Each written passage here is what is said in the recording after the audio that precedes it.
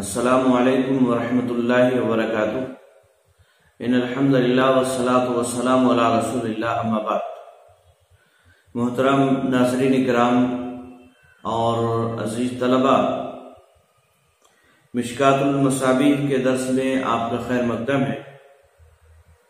آج ہم باب اعلان النکاح کی فصل ثانی کی بعض احادیث اور اسی طرح سے فصل ثالث کی بعض احادیث پڑھیں۔ پہلی حدیث حضرت عائشہ رضی اللہ تعالی عنہ سے ہے۔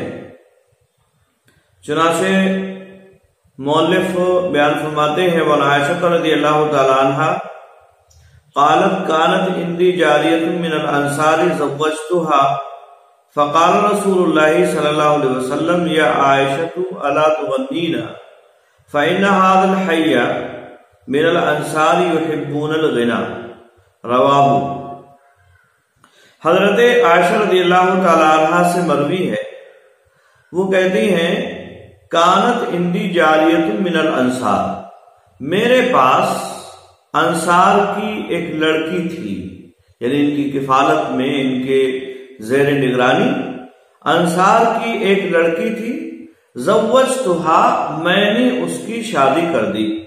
زوج تزویج، شادی کرنا، زوجتها، میں نے اس کی شادی کر دی۔ یہاں حضرت عائشہ رضی اللہ تعالی عنہ کی جانب جو شادی کی نکاح یا نکاح کی جو نسبت کی گئی ہے، جیسا کہ آئندہ حدیث میں بھی اسی بات کا ذکر ہے، تو یہ نسبت چونکہ وہ لڑکی حضرت عائشہ رضی اللہ تعالی عنہ کی پرورش میں تھی، دیکھ ریکھ میں تھی، تو اس بنیاد پر ان کی جانب یہ نسبت کر دی گئی ہے، ورنہ ظاہر سی بات ہے عورت کسی دوسری عورت کی ولیہ نہیں بن سکتی، یعنی وہ اس کی ولی ہو کر اس کا نکاح نہیں کرا سکتی۔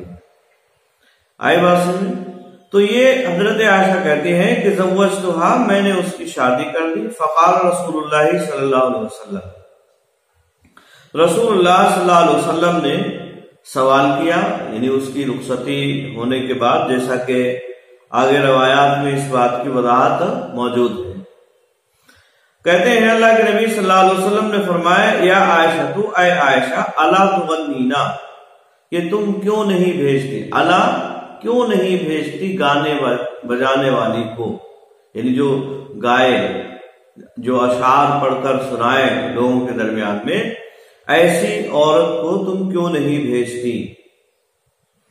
فَإِنَّ هَذَا الْحَيَّ مِنَ الْأَنصَارِ يُحِبُّونَ الْغِنَى، کیونکہ انصار کا یہ قبیلہ، حی کہتے ہیں قبیلے کو، کیونکہ یہ انصار کا قبیلہ گانے کا رجحان رکھتا ہے، یعنی اسے پسند کرتا ہے، گانے کا رجحان یا اشعار کا رجحان رکھتا ہے، اشعار پڑھنے کو پسند کرتے ہیں۔ رواہ، یہاں رواہ کے بعد خالی جگہ ہے، اور اس کے تعلق سے اس سے پہلے بتایا گیا ہے، خطیب تبریزی رحمہ اللہ نے جب احادیث کی تخریج کی ہے تو اس میں کچھ احادیث ایسے بھی ملی ان کو جو ان کی نظر سے نہیں ملی، انہوں نے تلاش کیا لیکن انہیں نہیں مل پائی، تو انہوں نے بعد والے لوگوں کے لیے جگہ چھوڑ دی تاکہ وہ اس کو پورا کریں۔ اس کی وضاحت پہلے درس میں آپ کے سامنے کی جا چکی ہے۔ تو ایسے موقع پر وہ کبھی کبھی ایسا ہوتا ہے، بیاض خالی جگہ چھوڑ دیتے ہیں، تو آپ کو معلوم ہونا چاہیے، ابن حبان نے اس کو روایت کی ہے فی صحیح، اپنے صحیح میں، یعنی ابن حبان کی یہ روایت ہے۔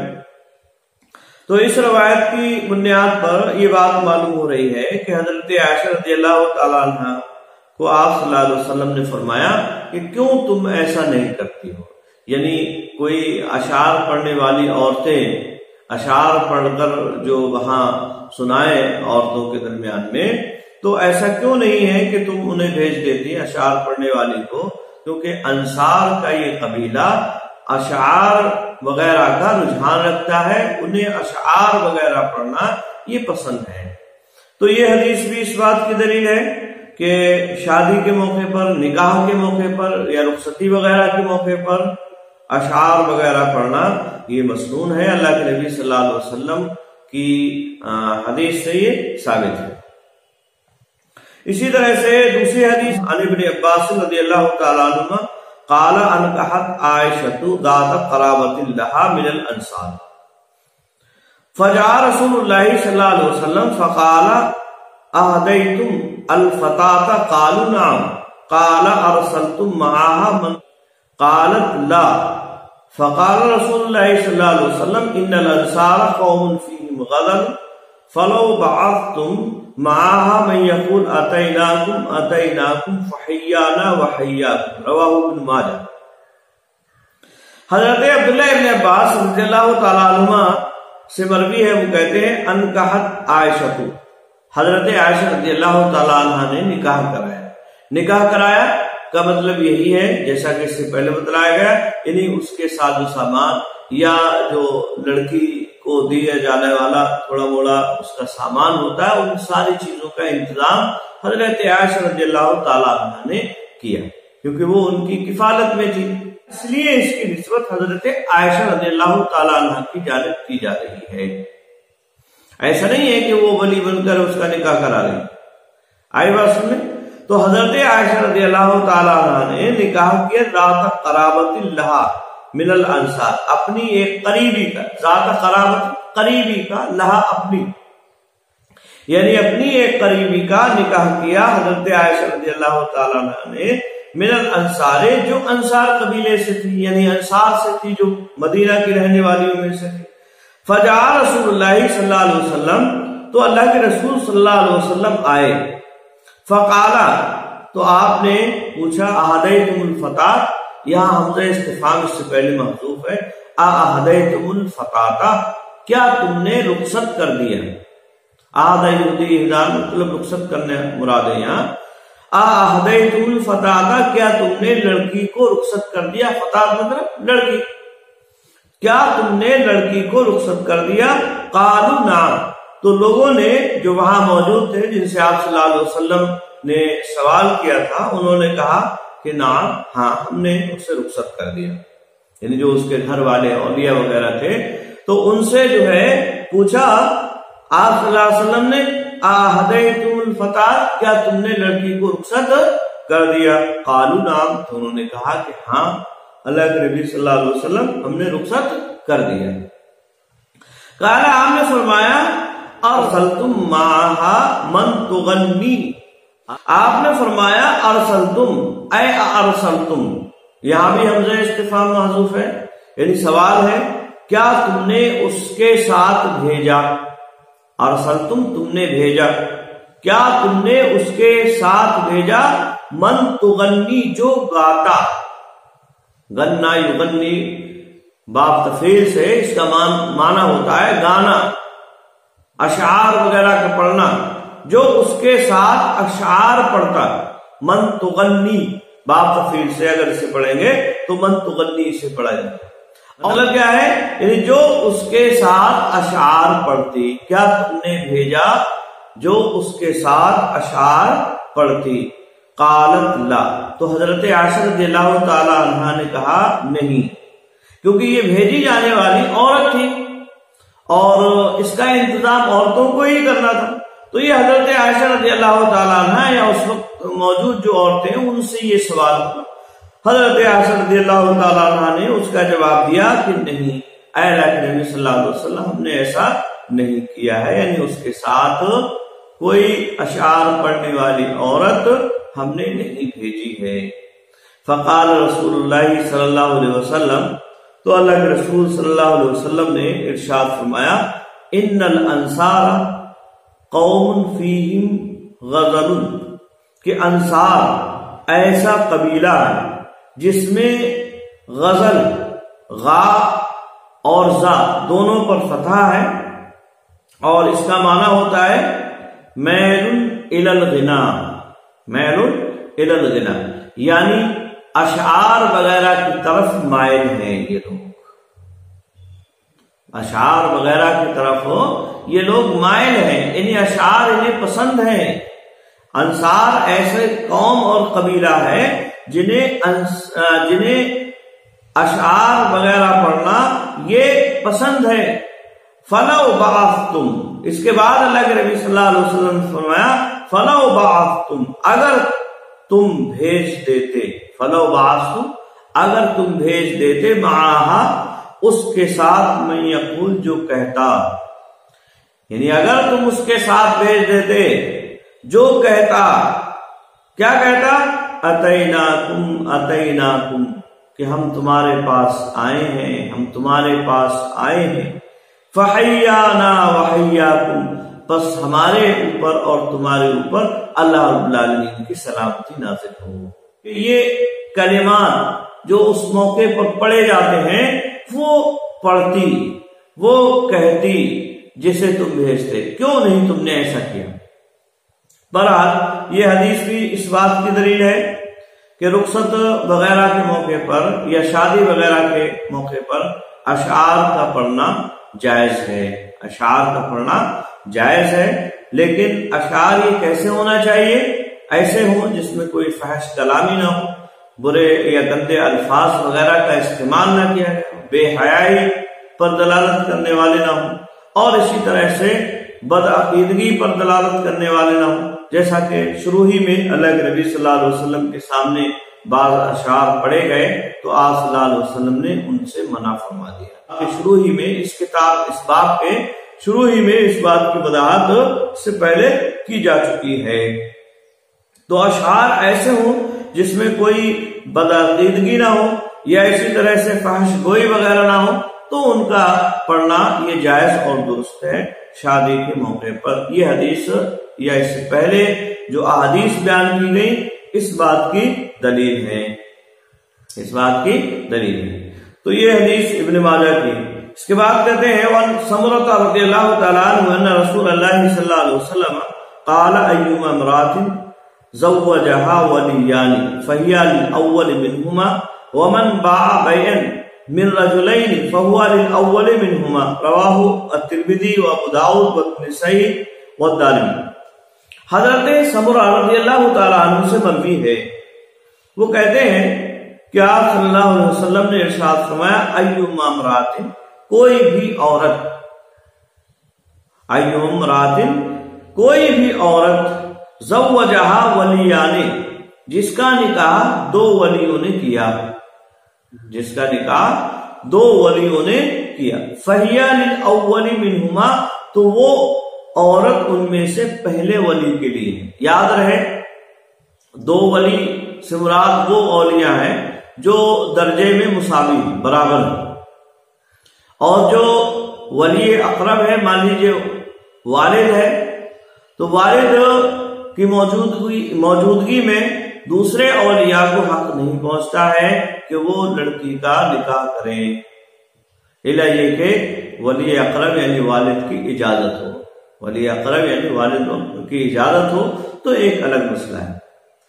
مسئلہ یہ ہے کہ اگر دو بھائی ہیں اور دونوں آپس میں اختلاف کر گئے کہ ایک نکاح کہتا ہے کہ میں کراؤں گا فلاں جگہ، دوسرا کہتا ہے نہیں میں دوسری جگہ کراؤں گا، تو اب ایسی صورت میں اگر یہ دونوں نکاح کرا دیتے ہیں تو پہلا نکاح معتبر مانا جائے گا جو پہلے ولی نے کرایا، اور دوسرے ولی کا نکاح معتبر نہیں ہوگا۔ یہ حدیث اس بات کی دلیل ہے۔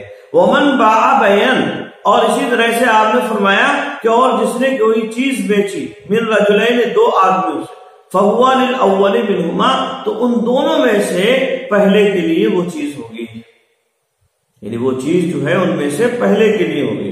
رواہ ترمذی و ابو داؤد و نسائی و دارمی، اس کو امام ترمذی، ابو داؤد اور نسائی اور دارمی نے روایت کیا ہے۔ تو یہ حدیث اس بات کی دلیل ہے کہ اگر دو ولی جو درجے میں مساوی ہیں نکاح کراتے ہیں کسی لڑکی کا، تو ایسی صورت میں پہلے ولی کے حق میں نکاح کا فیصلہ ہوگا، یعنی نکاح جو ہے پہلے ولی کا مانا جائے گا، دوسرے ولی کا نکاح درست نہیں مانا جائے گا۔ اسی طرح سے اگر کوئی آدمی کوئی سامان دو لوگوں سے بیچتا ہے تو ایسی صورت میں پہلے کے حق میں فیصلہ ہوگا اور پہلے کو مال جو بیچا ہوا ہے وہ دیا جائے گا، دوسرے کے لیے معتبر نہیں مانا جائے گا۔ یہ فصل ثانی کی آخری حدیث تھی.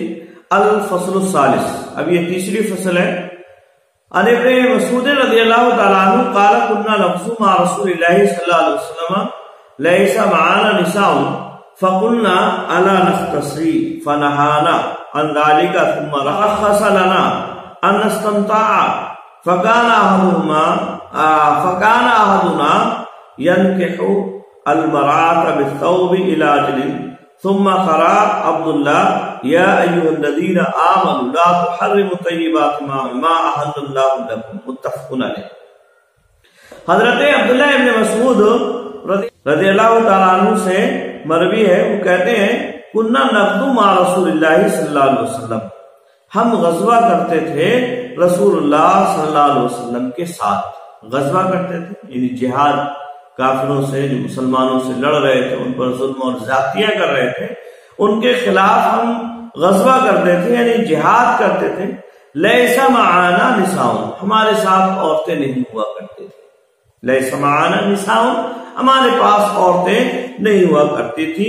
فقلنا، تو ہم نے کہا، یعنی اللہ کے نبی صلی اللہ علیہ وسلم سے یا اپنے آپس میں ایک دوسرے سے کہا، الا نختصی، نختصی، کیا ہم خصی نہ ہو جائیں. ہم نے کہا آپس میں یا اللہ کے نبی صلی اللہ علیہ وسلم سے کہ ہم خصی نہ ہو جائیں، یعنی ہمیں خصی ہو جانا چاہیے، ہم کو خصی ہو جانا چاہیے تاکہ جو ہمیں عورتوں کی ضرورت ہوتی ہے، شدت سے اس کا احساس ہوتا ہے، تو خصی ہو جانے کے بعد وہ احساس ختم ہو جائے گا. پھر ہم یکسو ہو کر غزوہ کریں گے، دشمنوں سے لڑیں گے، اللہ رب العالمین کی عبادت میں لگے رہیں گے. یہ اصل میں مقصد ہے. فنہانا، تو ہمیں اس سے منع کر دیا. فنہانا، آپ صلی اللہ علیہ وسلم نے ہمیں اس سے منع فرمایا کہ نہیں، ایسا کرنا درست نہیں. ان ذالک، اس سے.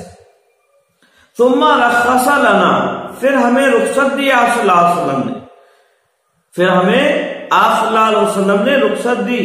ان نستمتع، کہ ہم متاع کر لیں، ہم فائدہ اٹھانے کے لیے نکاح کر لیں، اس بات کی ہمیں اجازت دی، یعنی متاع کی اجازت دی اللہ کے نبی صلی اللہ علیہ وسلم نے. فَكَانَ أَحَدُنَا يَنْكِحُ الْمَرْأَةَ، تو ہم میں سے کوئی آدمی عورت سے نکاح کرتا تھا، بِالثَّوْبِ، کپڑے کے عوض میں، کپڑے کے عوض میں کپڑا دے دیا، اس کے عوض میں ہم میں سے کوئی بھی نکاح کر لیتا تھا.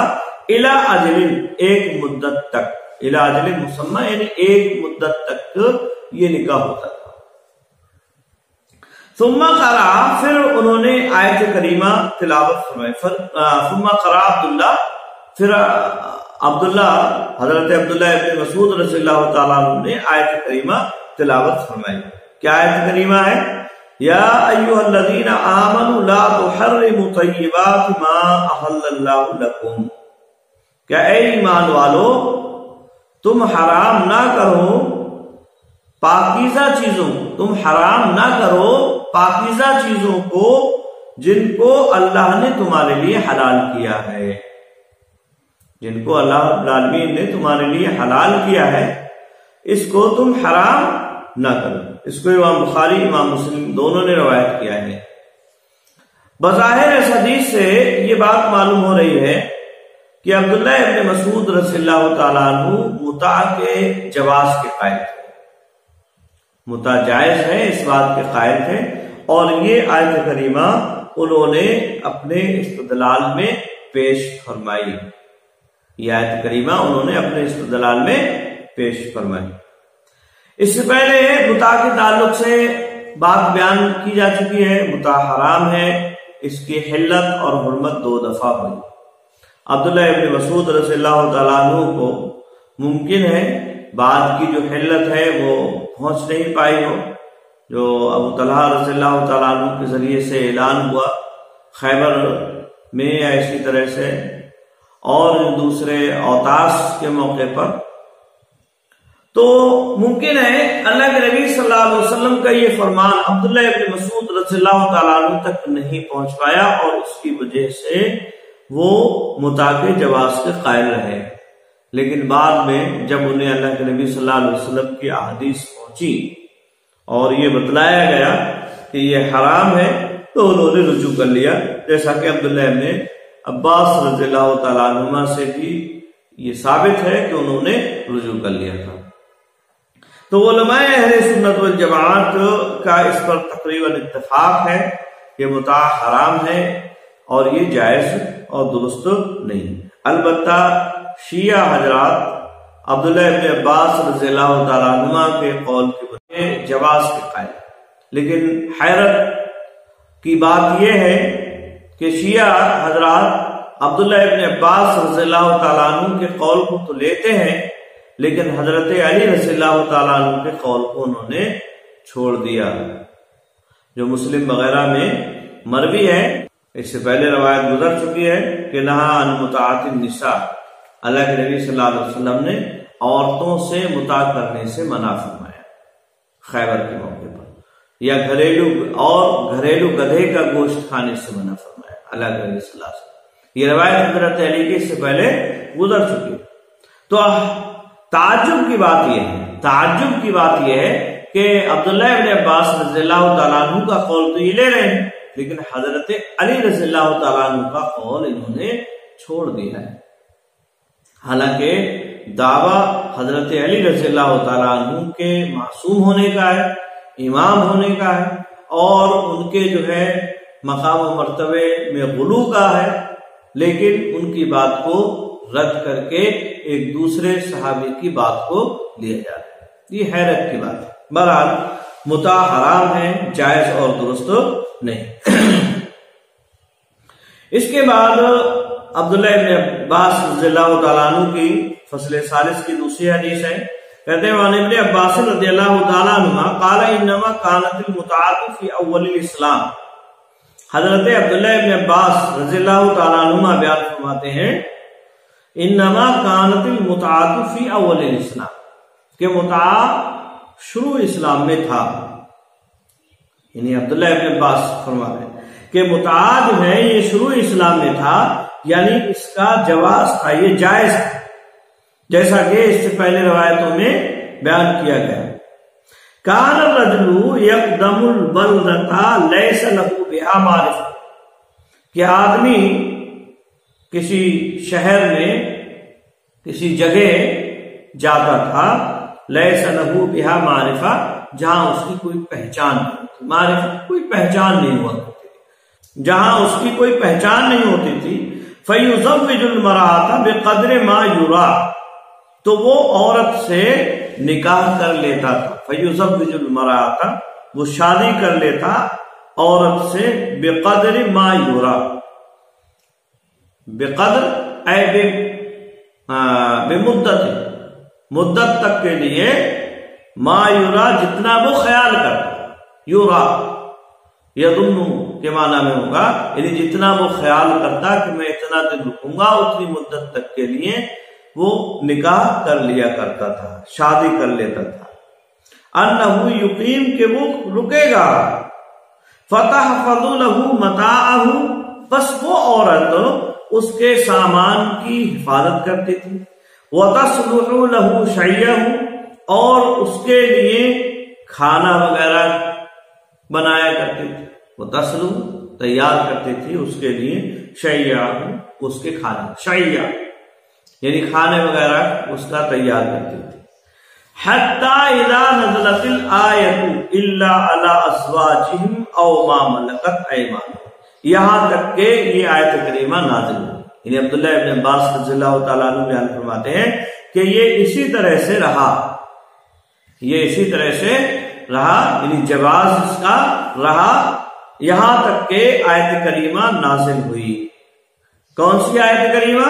الا علی ازواجہم، مگر یہ کہ کوئی ملامت نہیں ہے انہیں، یعنی مومنوں کو، مسلمانوں کو کوئی ملامت نہیں ہے اپنی بیویوں پر، او ما ملکت ایمانہم، یا اپنی لونڈیوں پر جو ان کے دائنے ہاتھ میں ہیں، یعنی ان کے قبضے میں، باندیاں، لونڈیاں، غلام جو عورتیں ہوا کرتی تھی ان کے لیے۔ تو پہلے یہ غلامی کا سسٹم چل رہا تھا، تو اسلام نے بھی اس کو برقرار رکھا، حالانکہ اس کی حوصلہ شکنی کی اسلام نے۔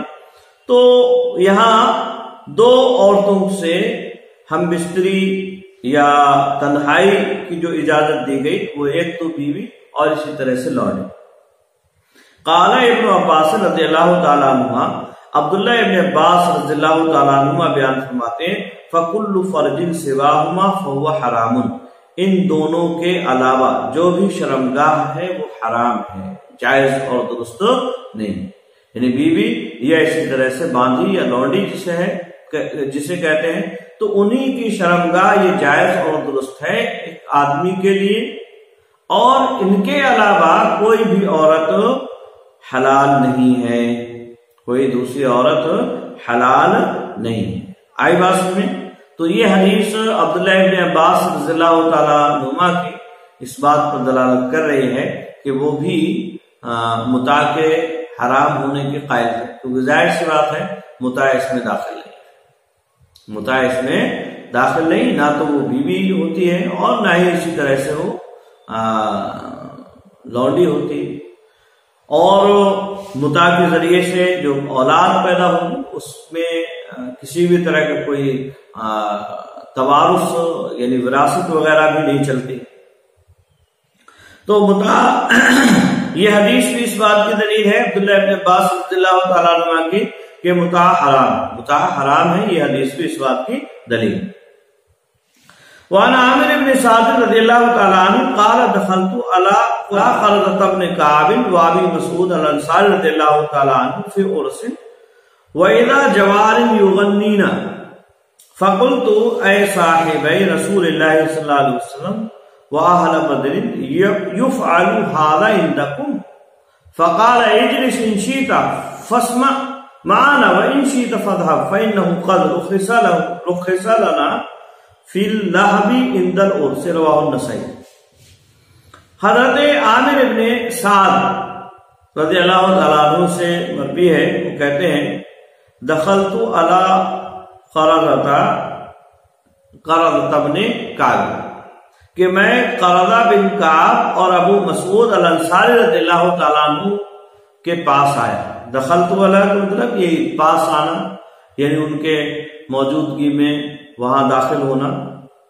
تو ان کے پاس میں آیا فی عرس، ایک شادی میں، وَإِذَا جَوَارٍ، جوار جاریتن کی جمع ہے، لڑکیاں جو بلوغت کو ابھی تک نہیں پہنچ پائی ہیں وہ یہاں مراد ہوگی۔ وَإِذَا جَوَارٍ کہ اچانک کچھ لڑکیاں یغنینا گاتی ہوئی آئیں، یعنی گان اشعار وغیرہ پڑھتی ہوئی آئیں، اور وہ اشعار کون سے ہیں اس سے پہلے بھی وضاحت اس کی ہو چکی ہے، اور نبی اکرم صلی اللہ علیہ وسلم نے بھی ایک حدیث کے اندر ابھی گزرا اس میں بیان فرمایا اتیناکم فحیانا وحیا۔ تو کہ گاتی ہوئی، فقلت میں نے کہا اے صاحب رسول اللہ صلی اللہ علیہ وسلم، کہ اے رسول اللہ صلی اللہ علیہ وسلم کے دونوں ساتھیوں، وہ اہل بدر اور بدر والوں، یفعل ھذا عندکم تمہارے سامنے ایسا کیا جائے گا، تمہاری موجودگی میں یہ سارے کام ہوں گے، گانے بجانے کے۔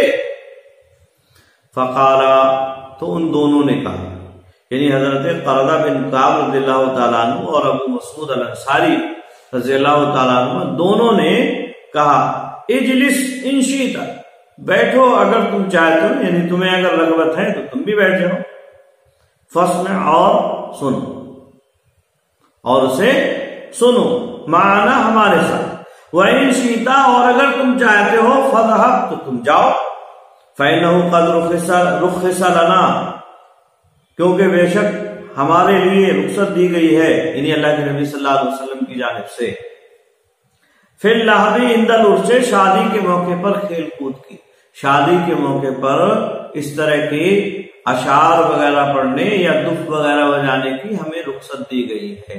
اب اگر تمہیں بیٹھنا ہے تو بیٹھو، اور نہیں بیٹھنا ہے تو تم جاؤ، جا سکتے ہو۔ تو یہ حدیث بھی اس بات کی دلیل ہے کہ شادی کے موقع پر اشعار وغیرہ کا پڑھنا یا اسی طرح سے دف وغیرہ کا بجانا یہ جائز ہے، البتہ اشعار بے حیائی پر مشتمل نہ ہو یا اسی طرح سے عقیدے کی کوئی خرابی اس کے اندر نہ ہو، کیونکہ اگر اس طرح کا کوئی شعر وغیرہ پڑھا جائے گا تو وہ پھر درست نہیں ہوگا۔ آئی بات سمجھیں؟ تو یہ احادیث اس بات پر دلالت کر رہے ہیں۔ فصل ثالث کی یہ آخری حدیث تھی، آج کے لیے بس اتنا ہی۔ السلام علیکم ورحمۃ اللہ وبرکاتہ۔